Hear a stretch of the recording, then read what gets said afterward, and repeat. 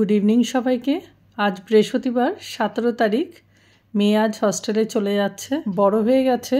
এখন অবধি ড্রায়ারটা পর্যন্ত আমাকে দিয়ে দিতে হচ্ছে, চুল বাঁধা, ড্রায়ার দেওয়া, ভাতটা পর্যন্ত মেখে দিতে হচ্ছে।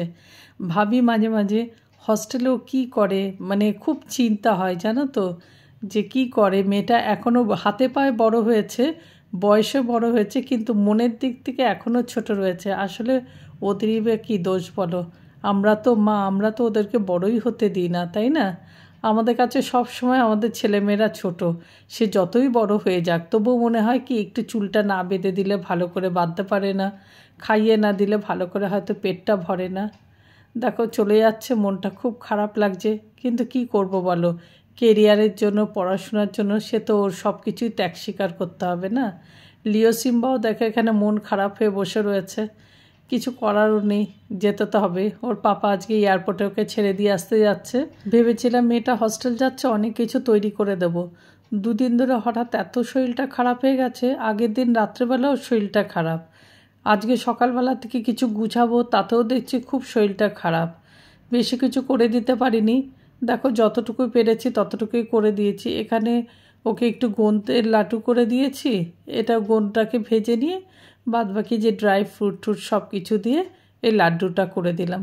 কিছু না হোক একটুখানি একটা লাড্ডু খেলেও তো পেটটা ভরে। হস্টেলে তো খাবার ভালোই দেয়, কারণ ওদের হস্টেলের খাবার খুব ভালো এবং হাইজেনিক, কিন্তু তবুও মাঝে মাঝে একটু একটু লেট নাইটে যদি পড়ে বা কোনো সময় হয়তো একটু এইদিক ওদিক করে খেলে আসলে খিদে পায়, সেই কারণে একটুখানি গোন্দের লাড্ডু একটু করে দিলাম। খেজুর, কাজু, কিশমিশ, একটু ড্রাই ফ্রুটস দিয়ে সব কিছু মিলে একটু ঘিয়ের মধ্যে ভেজে একটা লাড্ডু তৈরি করে দিয়েছি। এটা হেলদিও আছে এবং পেটে অনেকক্ষণ থাকবে, সেই জন্য। কুমড়োর দানা, আমন্ডস এইসবগুলো একটু ঘিতে হালকা ফ্রাই করে নিয়েছি। এমনি সময় আমন্ডস দিলে খেতে চায় না। ড্রাই ক্যানবেরিটার দামটা একটু কম বলে নিয়েছি জানো তো, কিন্তু ওয়ালনাটের এত দাম দেখলাম ও ধরাই যায়নি। ইচ্ছা ছিল একটু ওয়ালনাটটা দেওয়ার, কিন্তু দাম দেখে আর সাহস পেলাম না নিতে। তো যাই হোক, সবগুলোকে একটুখানি গ্রাইন্ড করে নিয়েছি। খেজুরটাও গ্রাইন্ড করে এভাবে কড়াইতে দিয়ে নিয়েছি, তার সাথে যেগুলো গ্রাইন্ড করেছি ড্রাই ফ্রুটগুলো সব ওর মধ্যে দিয়ে দিলাম। তার ফলে তো কী বলো তো, কিছুদিন রেখে তো খেতে পারবে। আর যদি শুধু ড্রাই দিই সেখানে খেতে পারবে না বেশি দিন রেখে। সবগুলোকে ভালো করে মিশিয়ে নিয়ে যেরকম আমরা নাড়ু বানাই ঠিক ওইভাবে একটু পাক মতন দিয়ে আর একটুখানি অল্প গুড় দিয়েছি। গুড়টা না দিলে দেখছিলাম পাকটা আসছিল না। আর আঞ্জিরটা আমি কুচি কুচি করে কেটে দিয়েছি, তাহলে মুখে একটুখানি দানাটা বাঁধবে, ভালো লাগবে খেতে। সবগুলোকে একসাথে ভালো করে মিশিয়ে নিয়ে একটু ভালো কষা মতন হয়েছে, যেরকম নাড়ু আমরা বানাই ওরকম পাকটা হওয়ার পরে তারপর আমি নামিয়ে দিচ্ছি। কিন্তু খুব বেশি যে শক্ত হয়েছে তা না, নরম ভাবটা আছে। ফ্রিজে রেখে খেলে বেশ ভালো হয়, তাতে অনেক দিন শক্তটা হবে। তো ওদের হস্টেলে ফ্রিজও আছে, কিন্তু ফ্রিজ থাকলে কি হবে, 12 ভূতের ব্যাপার বুঝতেই পারছো। মানে কাঠটা রেখে কে খায়? কেউ যদি সন্দেশ রাখে, কেউ যদি কোনো জিনিস রাখে, ওরটা সেটা খেয়েই নেয়।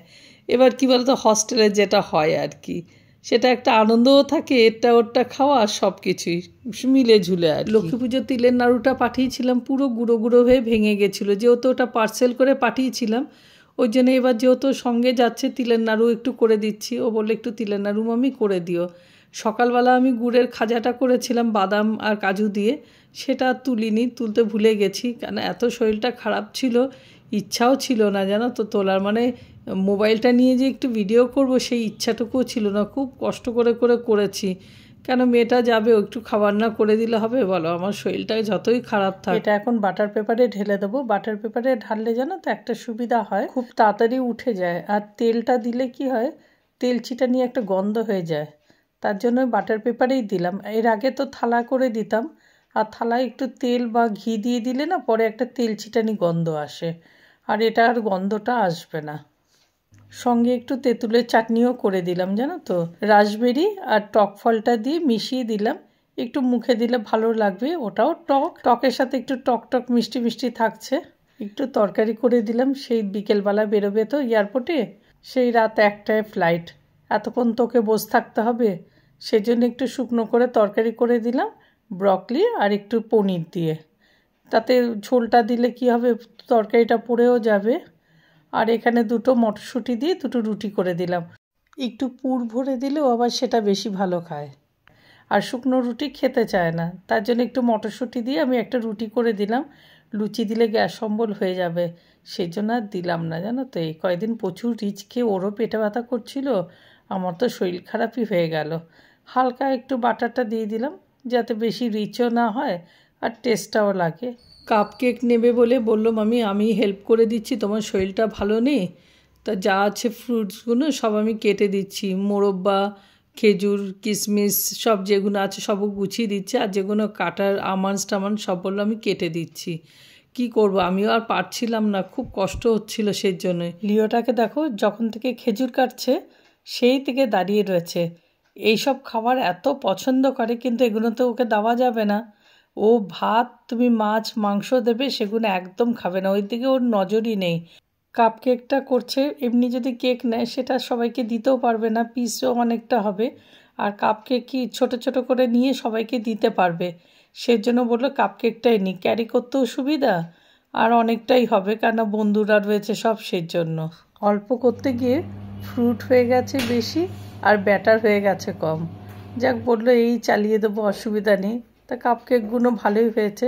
শরীরটা খারাপ না থাকলে সব কিছু শেয়ার করতে পারতাম, কি কি করেছি, প্যাকিং কি দিয়েছি, কি রান্না করেছি, কিন্তু শরীরটা খারাপ থাকার জন্য পুরোটা করতে পারলাম না। যাই হোক, যতটুকু পারলাম ততটুকুই তোমাদের সাথে শেয়ার করলাম। ভিডিওটা এখানেই শেষ করছি, তো দেখা হবে নেক্সট ভিডিওতে। সবাই ভালো থেকো, সুস্থ থেকো।